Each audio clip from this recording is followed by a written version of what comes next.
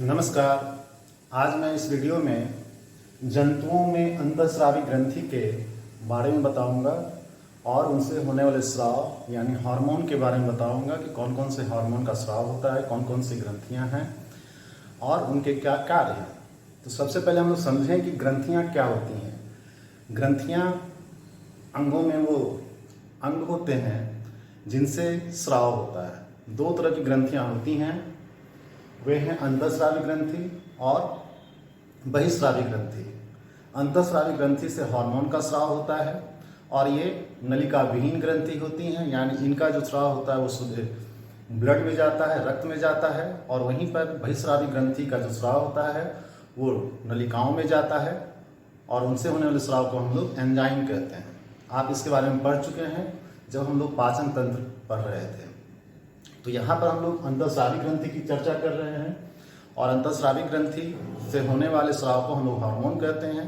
अब हार्मोन क्या है इसके बारे में थोड़ा हम लोग जान लें कि हार्मोन है क्या।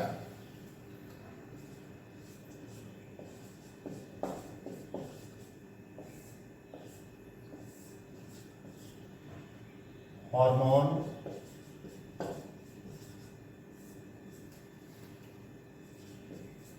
वह जटिल कार्बनिक यौगिक है जो सजीवों में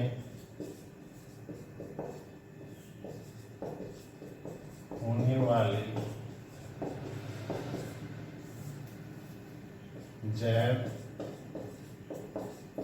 रासायनिक क्रिया और वृद्धि, जनन आदि प्रक्रियाओं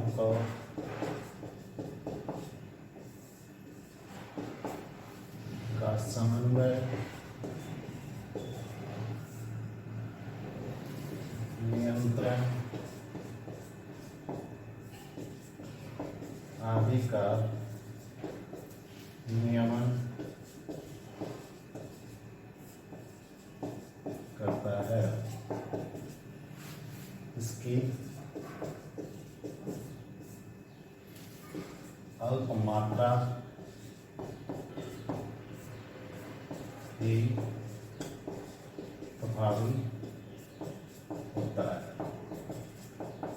हार्मोन को आप एक केमिकल मैसेंजर के रूप में समझ सकते हैं, रासायनिक दूत है यह। और क्रिया के उपरांत यह क्या होता है, नष्ट हो जाता है। वहीं पर अगर हम एंजाइम की चर्चा करेंगे तो एंजाइम चूंकि जैव प्रेरक है, वह क्रिया के बावजूद क्या होता है, रीजनरेट होता है, उनका निर्माण हो जाता है, तो खर्च नहीं होते। अब हम लोग बात करेंगे विभिन्न अंतःस्रावी ग्रंथियों की जो कि महत्वपूर्ण ग्रंथि हैं हमारे शरीर में, उसकी चर्चा हम लोग करेंगे। जिसमें सर्वप्रथम नाम आता है पीयूष ग्रंथि। पीयूष ग्रंथि को हम लोग मास्टर ग्रंथि भी कहते हैं। और मास्टर ग्रंथि क्यों कहते हैं उसका कारण है क्योंकि पीयूष ग्रंथि से एक तो बहुत सारे हार्मोन का स्राव होता है, वहीं पर यह दूसरे अंतःस्रावी ग्रंथियों को भी स्राव करने के लिए प्रेरित करता है, उत्तेजित करता है। तो इसीलिए इसे क्या कहते हैं, अंतःस्रावी, ये मास्टर ग्रंथि कहते हैं। तो सर्वप्रथम पीयूष ग्रंथि के बारे में हम लोग जाने, जिसे पिट्यूटरी ग्लैंड भी इंग्लिश में बोलते हैं।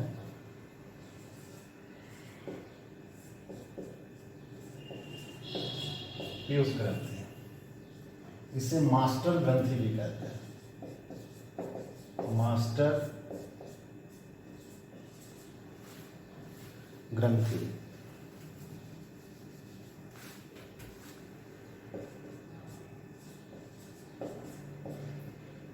ग्रंथि भी है यह वृद्धि हार्मोन का स्राव करता है वृद्धि हार्मोन के बारे में थोड़ा समझ लें। वृद्धि हार्मोन एक्चुअली वो हार्मोन है जो हमारे शरीर के वृद्धि के लिए आवश्यक है, और ये आपके बाल्यावस्था में इसका स्राव अधिक होता है। इसका स्राव यदि बहुत अधिक हो जाता है तो एक स्थिति बनती है जिसको जाइगेंटिज्म कहते हैं, जिसमें शरीर के हड्डियां भारी हो जाती हैं और व्यक्ति का जो वजन है वो बढ़ जाता है और उनका आकार भी बढ़ जाता है। इसी को हिंदी में बृहत्तता कहते हैं। इसके विपरीत यदि इसका स्राव कम हो तो नतीजा होता है कि आदमी क्या हो जाता है, बौना हो जाता है, उनका आकार सामान्य से कम हो जाता है। तो वृद्धि हार्मोन का स्राव करता है यह पीयूष ग्रंथि। दूसरा प्रोलैक्टिन।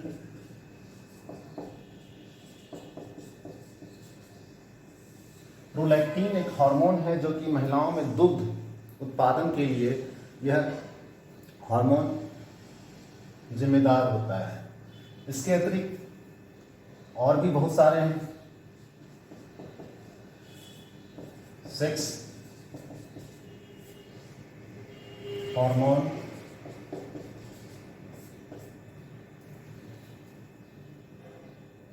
स्रावित करने वाले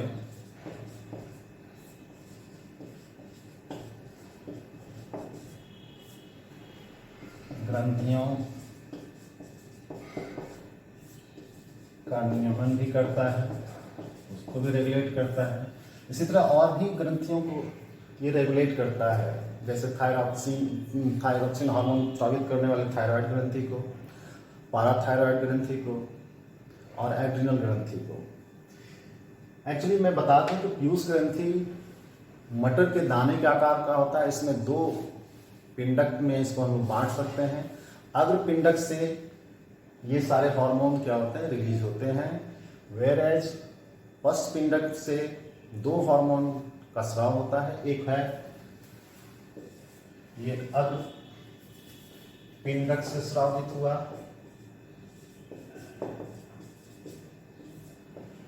और दूसरा जो है ये ADH, उसके बाद है ऑक्सीटोसिन।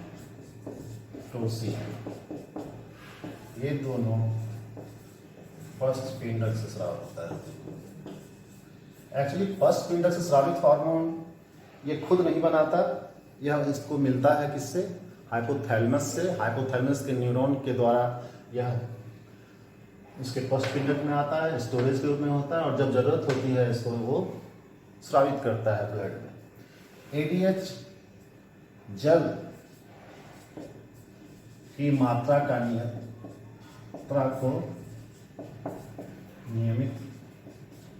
नियंत्रित करता है,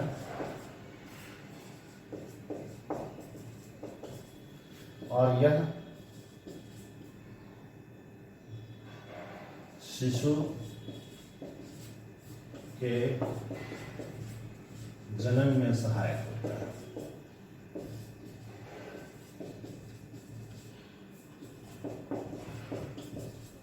एक्चुअली ऑक्सीटोसिन जो है ये गर्भाशय का संकुचन करने को प्रेरित करता है, जिससे कि बच्चे का जन्म होना आसान हो जाता है।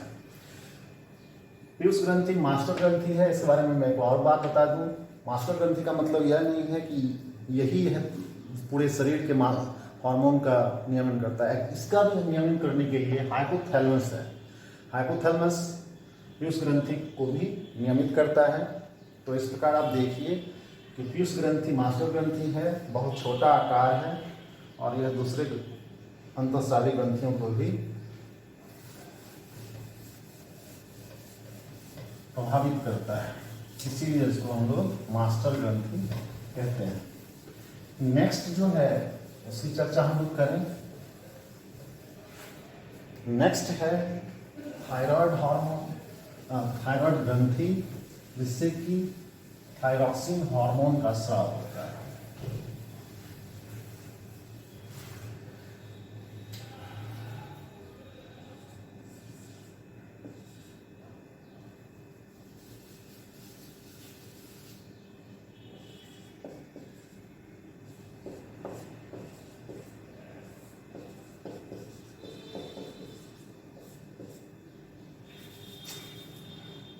ग्रंथि।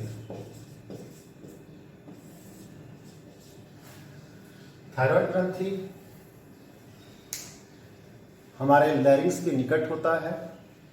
दो मटर के दाने के बराबर का आकार होता है जो एक इस्थमस के द्वारा जुड़ा रहता है। थायराइड ग्रंथि को हम लोग अल्टू ग्रंथि के नाम से भी जानते हैं हिंदी में। ये ग्रंथि थायरॉक्सिन हार्मोन का स्राव करता है। कौन सा hormone? Thyroxine hormone. Thyroxine hormone के कारण हमारे शरीर में वसा, कार्बोहाइड्रेट, प्रोटीन जैसे पोषक तत्वों का क्या होता है, उसका सामान उपापचय की क्रिया को ये प्रभावित करता है, ये हार्मोन।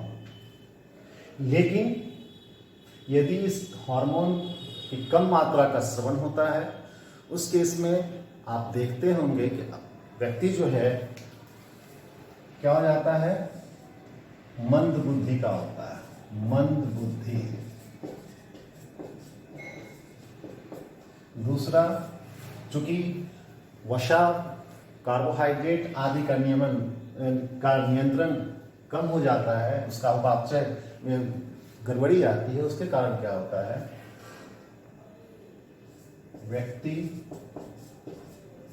का वजन बढ़ जाता है। तीसरे में हम लोग देखते हैं कि नेक रीजन में यानी गले में क्या होता है, स्वेलिंग हो जाता है और उसी को हम लोग क्या करते हैं, घेघा रोग कहते हैं, जो दिखने में अच्छा नहीं लगता। ऐसा क्यों होता है? ऐसा इसलिए होता है कि चूंकि कम जब थायरॉक्सिन हार्मोन का निर्माण होता है, उसी कमी को पूरा करने के लिए इसका आकार क्या होता है, बढ़ जाता है। नतीजा ये होता है कि घेघा रोग उत्पन्न हो जाता है, जिसको आप ग्वेटर के नाम से भी जानते हैं, घेघा रोग, ग्वेटर के नाम से भी जानते हैं। अब इस कमी को पूरा कैसे किया जा सकता है?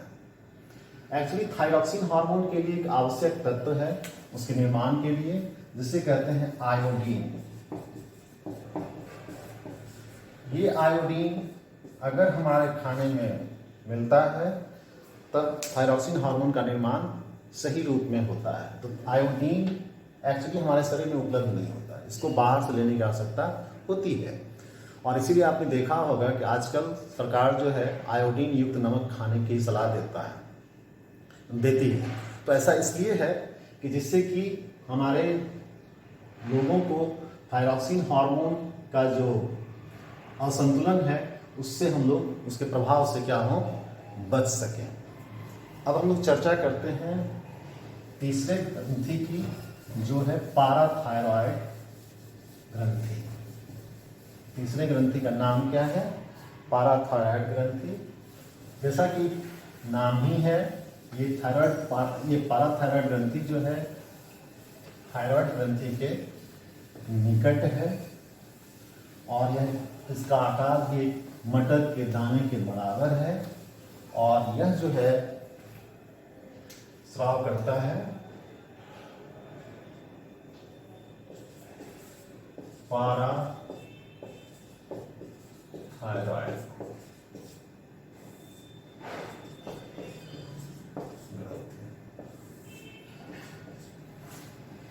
यह ग्रंथि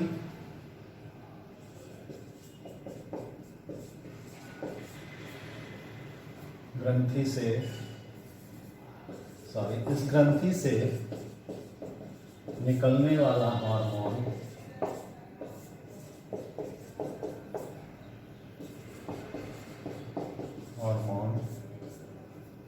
कैल्शियम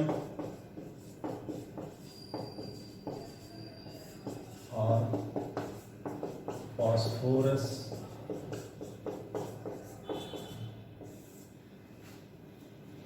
की मात्रा को नियंत्रित करता है। अब आप समझ गए होंगे यह कितना इम्पोर्टेंट है। अगर कैल्शियम फास्फोरस की मात्रा अगर नियंत्रित नहीं होती है तो हमारी हड्डियां क्या हो सकती हैं, कमजोर हो सकती हैं। तो पाराथायरॉयड ग्रंथि से निकलने वाले हार्मोन का ये कार्य है। और यह कहाँ लोकेटेड है, यह हार्मोन ग्रंथि, ये हमारे जो थायराइड ग्रंथि है उसके जस्ट अंदर की ओर उस लोकेटेड है। अब हम लोग बात करेंगे चौथे हार्मोन जिसका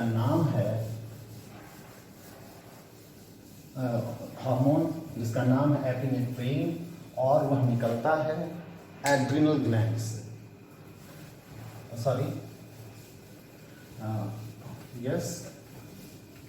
एड्रिनल ग्लैंड से निकलता है। और क्या करता है इसके बारे में थोड़ा समझें।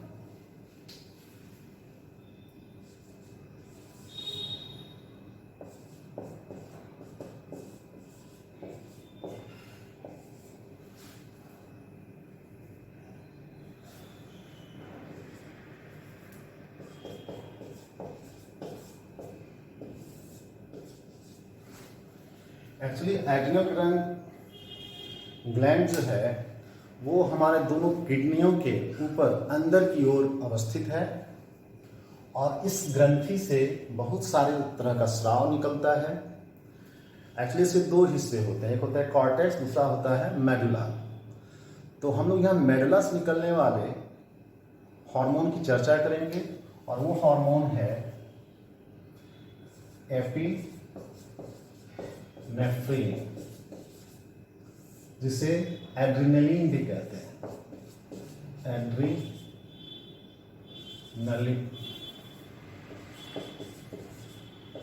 हार्मोन। एपिनेफ्रिन हार्मोन एक्चुअली जंतुओं में एक बहुत ही इंपॉर्टेंट हार्मोन है। यह हमें आकस्मिक सिचुएशन के लिए तैयार करता है। आकस्मिक सिचुएशन से हमारा मतलब है कि कभी स्थिति होती है, किसी कारण हमें भय होता है, किसी कारण उत्तेजना होती है, अति उत्साह में कोई कार्य कर, अति दुख में कोई कार्य हो जाता है।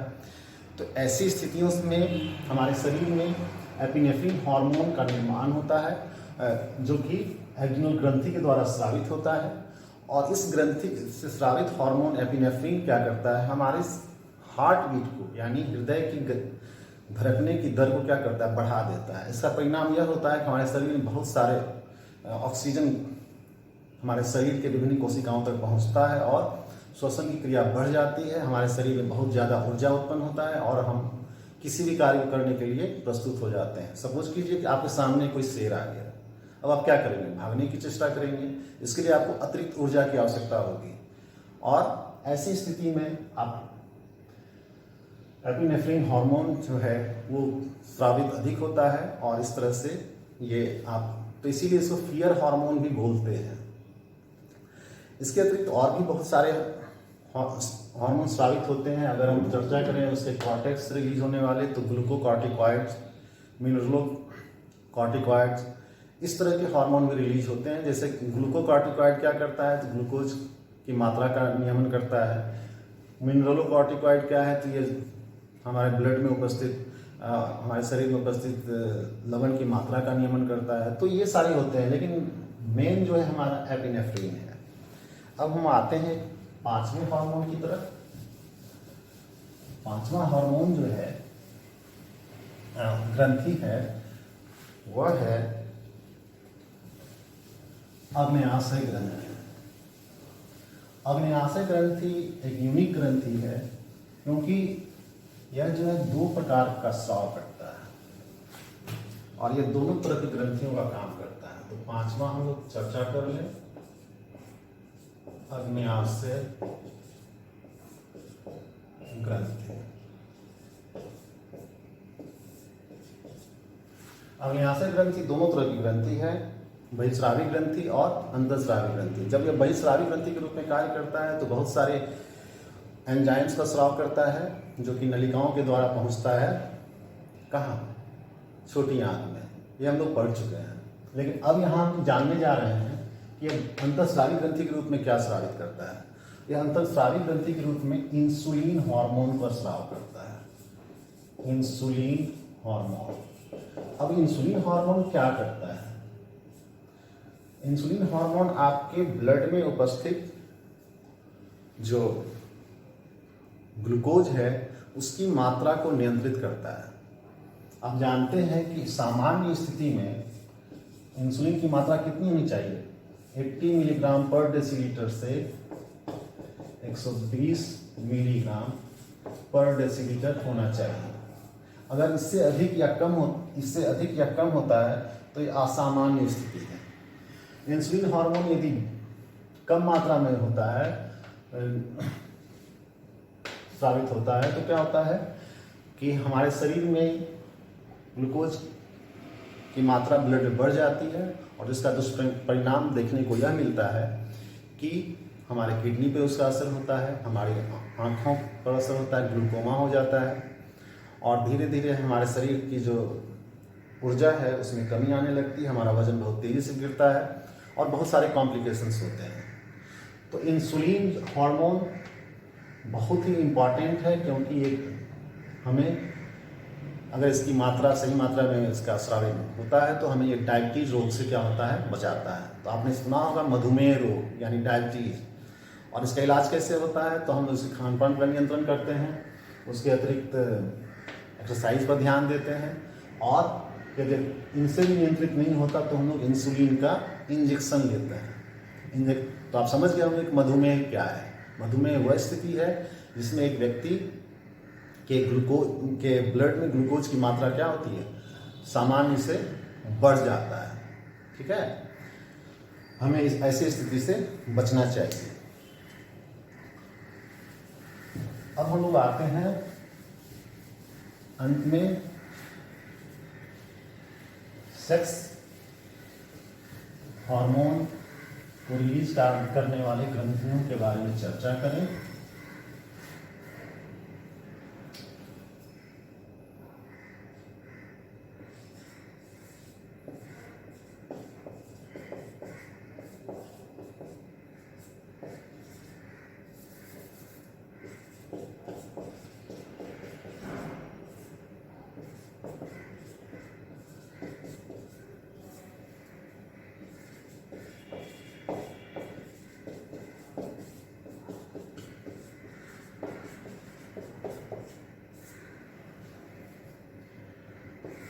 ग्रीष्म,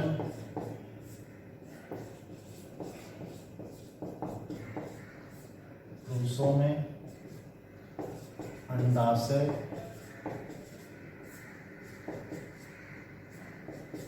महिलाओं में।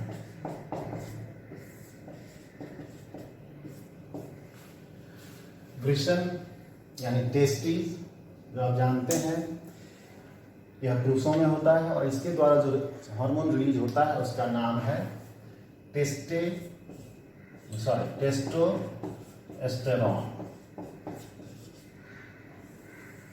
महिलाओं में अंडाशय के द्वारा रिलीज हार्मोन है एस्ट्रोजन,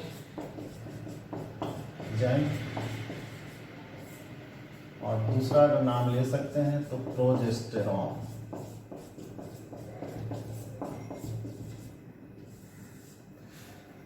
टेस्टोस्टेरोन हार्मोन के प्रभाव से ही हमारे पुरुषों में द्वितीयक यौन लक्षण दिखाई पड़ते हैं, जिसमें कि चेहरे पे बाल का आना यानी दाढ़ी निकलना, मूंछ निकलना, और पेविक रीजन्स यानी हमारे गुप्त अंगों के में बालों का निकलना, जिस्म का यानी जिस्म के आकार में वृद्धि, ये सारी चीज़ें जो होती हैं उनके आवाज़ में भारीपन, ये वृषण के कारण से रिलीज हुआ टेस्टोस्टेरोन के कारण होता है। वहीं अंडाशय की बात करें, अंडाशय से निकलने वाले एस्ट्रोजन की, तो एस्ट्रोजन हार्मोन जो है वो महिलाओं में द्वितीय जो यौन लक्षण उभरते हैं, जैसे उनके वक्ष का आकार बढ़ जाना, कुल्लों का चौड़ा हो जाना, इसके अतिरिक्त